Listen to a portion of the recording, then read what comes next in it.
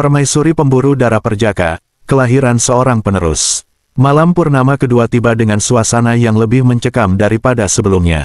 Langit di atas kerajaan Amarta diselimuti awan hitam, hanya menyisakan cahaya bulan purnama yang bersinar samar, seolah memperingatkan akan kekejaman yang sebentar lagi terjadi. Angin dingin berhembus kencang, menggugurkan dedaunan dan menimbulkan suara gemerisik yang membuat suasana semakin menakutkan. Prajurit kerajaan, yang sudah mengetahui jalur pencarian setelah tumbal pertama, segera bergegas ke desa-desa terpencil untuk menemukan korban berikutnya. Tak lama, mereka membawa seorang perjaka tampan dari desa terpencil yang terletak di pinggir hutan. Wajahnya berkulit halus dengan rahang tegas, mata tajam, dan tubuh kekar, membuatnya tampak sempurna sebagai persembahan. Tanpa curiga sedikit pun, pemuda itu mengikuti para prajurit ke istana dengan anggapan ia dipilih untuk tugas mulia. Setibanya di istana, perjaka itu diantarkan ke ruangan persiapan, di mana ia dimandikan dengan ramuan herbal dan diberi pakaian yang mewah, seperti layaknya tamu kehormatan. Aroma dupa memenuhi ruangan, namun di balik kemewahan itu, ketegangan melingkupi seluruh istana.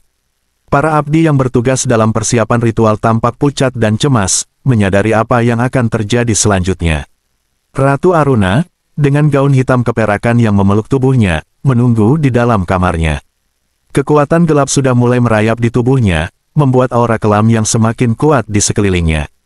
Ia tampak anggun, namun ada kilatan kegilaan di matanya, seolah haus akan lebih banyak kekuasaan yang akan ia peroleh dari ritual ini. Pemuda itu kemudian dibawa ke kamar ratu, dan ritual persetubuhan dimulai. Ratu Aruna memainkan perannya dengan mahir, seperti sebelumnya. Gairah palsu yang ia tunjukkan hanya untuk menyembunyikan niat gelap di balik ritual ini.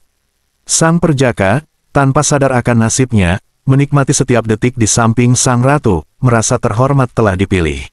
Namun, di balik keheningan malam itu, prajurit dan abdi di luar kamar menahan napas, mengetahui bahwa perjaka itu sebentar lagi akan menjadi korban dari kekejaman yang tak terhindarkan. Setelah persetubuhan selesai, perjaka itu diantar ke ruang bawah tanah, tempat pengorbanan berlangsung. Suasana di sana lebih gelap dan mencekam daripada sebelumnya. Para lelembut yang menunggu sudah mulai merambat dari bayang-bayang, wujud mereka semakin nyata, dengan mata merah menyala yang memantulkan cahaya dari obor-obor yang menyala redup di sekitar altar. Perjaka itu diikat di atas altar dengan tangan dan kaki yang terentang. Pada saat itulah, ia mulai merasakan ketakutan. Tatapan matanya yang awalnya penuh kebanggaan kini berubah menjadi ketakutan. Ia mulai menggeliat dan meronta, namun ikatan di tangannya terlalu kuat. Teror mulai meliputi dirinya saat suara-suara bisikan aneh terdengar dari sekelilingnya, suara dari dunia lain yang semakin mendekat. Ratu Aruna berdiri di depan altar, mengangkat tangannya dengan anggun namun dingin. Para lelembut berkumpul semakin dekat, merasakan energi yang akan segera mereka serap. Wajah-wajah mereka samar-samar terlihat, dengan bentuk yang menyerupai manusia namun terdistorsi oleh kekuatan gelap yang menguasai mereka. Satu pengawal terlatih maju, dengan cepat dan tanpa belas kasihan, menggorok leher perjaka itu. Suara pisau yang menyayat daging terdengar tajam, diikuti oleh jeritan tertahan dari korban yang dengan cepat mereda. Darah segar mengucur deras, membasahi altar dan lantai batu di bawahnya. Aroma besi dari darah memenuhi ruangan, bercampur dengan aroma dupa yang semakin menyengat. Para lelembut bergerak cepat, mendekati darah yang mengalir deras, seolah-olah menghisap energi kehidupan yang menguap dari tubuh korban. Ketegangan di ruangan itu mencapai puncaknya. Para prajurit dan abdi yang menyaksikan ritual itu menundukkan kepala, mencoba menahan rasa takut yang mencekam, sementara Ratu Aruna menikmati setiap momen. Ia merasakan kekuatan yang semakin mengalir dalam dirinya, aura gelap yang semakin pekat di sekelilingnya. Ketika ritual selesai, para lelembut menghilang kembali ke dalam bayang-bayang, membawa serta energi dari korban yang telah dipersembahkan. Ratu Aruna menatap tubuh tak bernyawa di atas altar dengan tatapan kosong namun penuh kepuasan. Tanpa rasa bersalah, ia berbalik meninggalkan ruangan, kembali ke istana dengan perasaan yang lebih kuat dan lebih tak tergoyahkan. Kekuasaan gelap kini benar-benar berada di tangannya.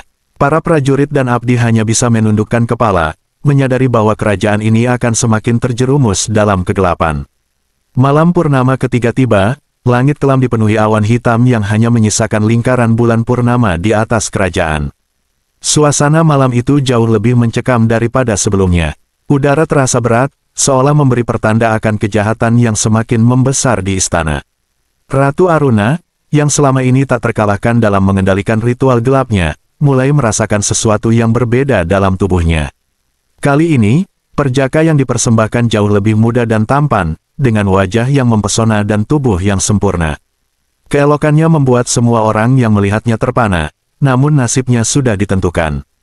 Tidak ada belas kasihan bagi dia, dan takdirnya sebagai tumbal telah tertulis. Perjaka muda itu dibawa dengan pakaian mewah, namun wajahnya menunjukkan ketakutan yang tidak bisa ia sembunyikan. Ia merasa ada sesuatu yang salah, meskipun para prajurit yang mengawalnya mencoba bersikap tenang. Namun aura gelap yang menyelimuti istana terasa semakin kuat, bahkan bagi mereka yang sudah terbiasa dengan ritual ini. Setelah ritual persetubuhan selesai di kamar ratu, di mana Ratu Aruna tampak semakin rakus dan tak terkendali, perjaka itu dibawa ke ruang bawah tanah, tempat pengorbanan akan dilakukan.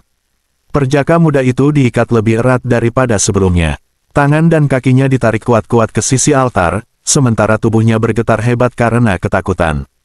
Tidak ada lagi harapan baginya untuk kabur.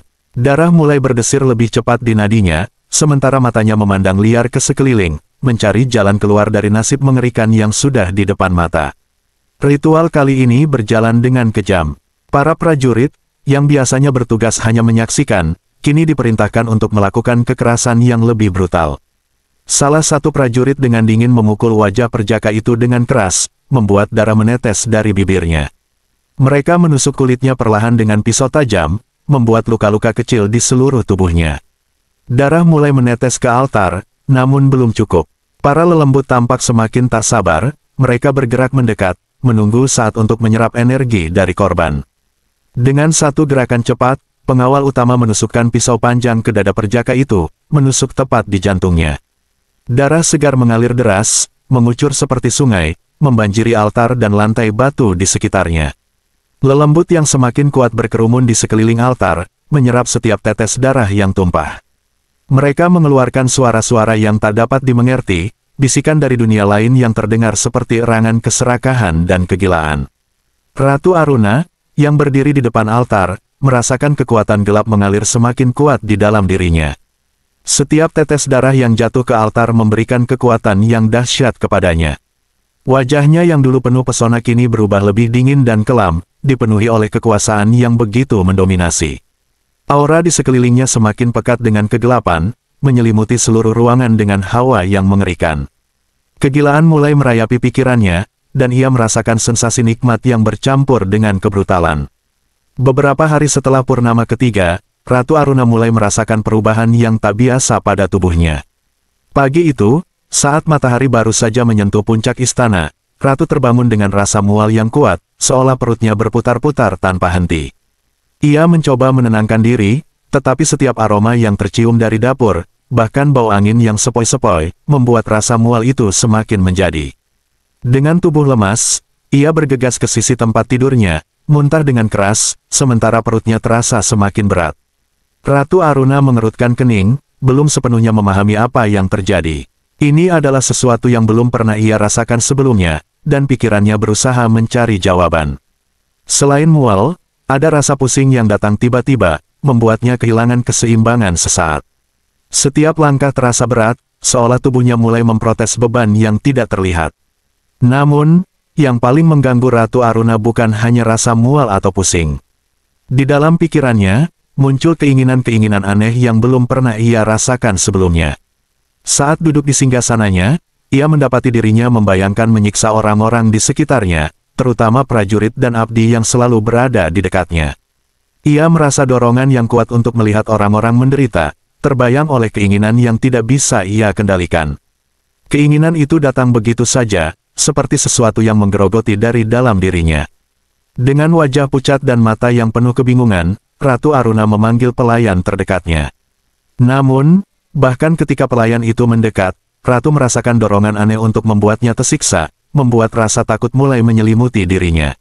Ia mulai menyadari bahwa kekuatan gelap yang ia serap dari ritual-ritual sebelumnya mungkin mulai mempengaruhi tubuh dan pikirannya. Tapi ia tetap tidak menghentikan dirinya, rasa kekuasaan yang mengalir di tubuhnya terlalu besar untuk diabaikan. Apakah ini hukuman dari para lelembut? Pikirnya, sambil memegang perutnya yang terasa semakin berat. Setelah beberapa minggu kehamilannya, Ratu Aruna mulai merasakan dorongan yang makin kuat. Setiap kali ia duduk di singgasananya, keinginan itu semakin tumbuh, seperti api yang tak bisa dipadamkan. Awalnya, ia hanya merasakan dorongan samar untuk melihat orang-orang menderita, tetapi dengan cepat, keinginan itu menjadi lebih jelas dan kuat. Pada suatu malam yang gelap, tanpa banyak bicara, ia memanggil salah satu prajuritnya dan memerintahkan sesuatu yang tak terduga. "Tangkap seorang dari desa," katanya dingin. "Aku ingin melihat bagaimana rasa sakit bisa menjadi hiburan." Prajurit itu terkejut, tetapi tak berani membantah.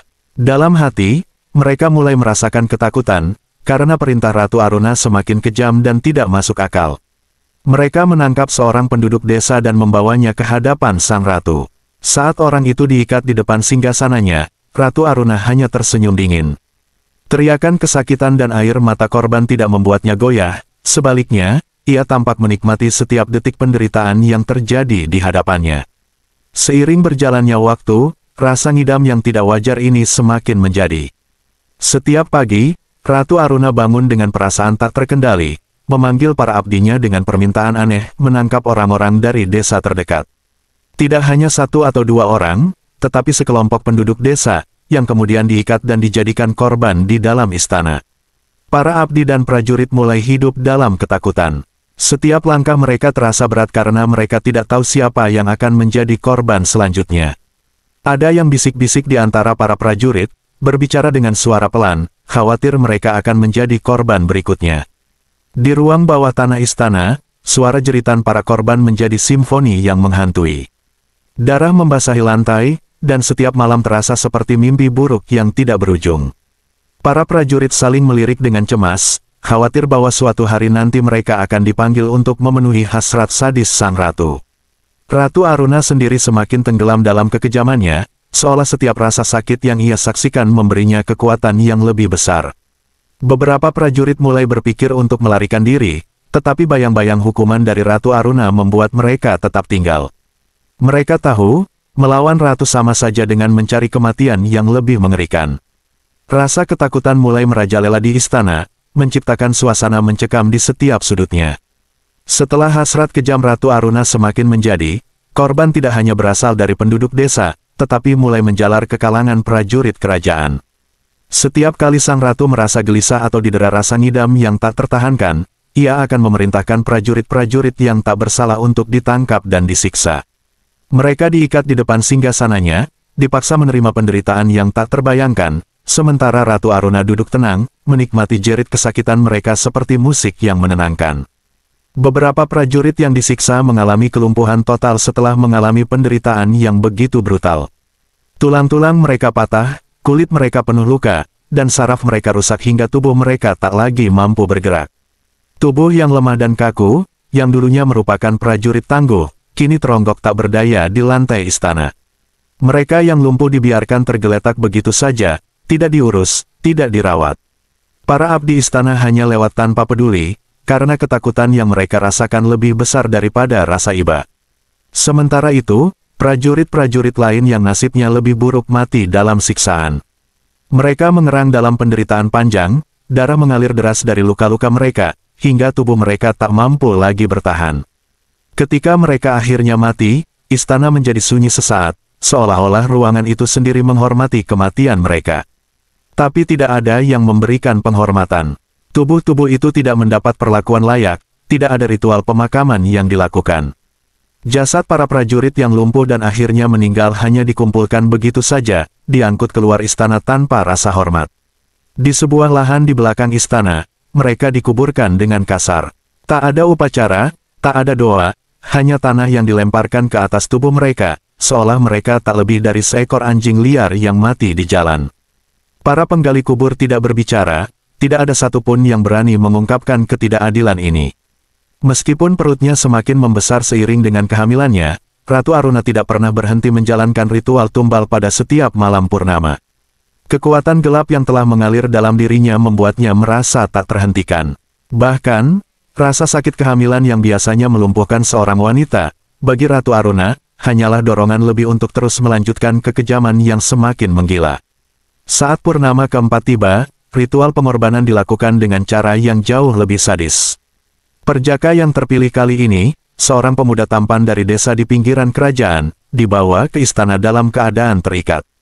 Tidak seperti pengorbanan sebelumnya yang berlangsung cepat, perjaka ini disiksa terlebih dahulu. Suara jeritannya memecah keheningan malam, terdengar sampai ke penjuru istana, membuat siapapun yang mendengarnya merinding ketakutan. Ratu Aruna, meskipun hamil besar, tetap menjalankan perannya dengan penuh gairah. Sebelum pengorbanan dimulai, seperti biasa, ia bersetubuh dengan sang perjaka. Meskipun tubuhnya telah berubah karena kehamilan, itu tidak mengurangi hasrat gelapnya.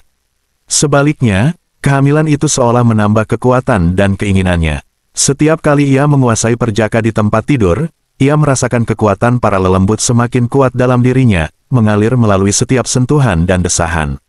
Sang perjaka, meskipun dalam ketakutan, tidak bisa menolak daya tarik yang luar biasa dari ratu, merasa terperangkap dalam jaring pesona dan kekejaman yang sama. Setelah selesai bersetubuh, ritual pengorbanan pun dimulai. Meskipun demikian, Ratu Aruna tetap tenang dan penuh keyakinan.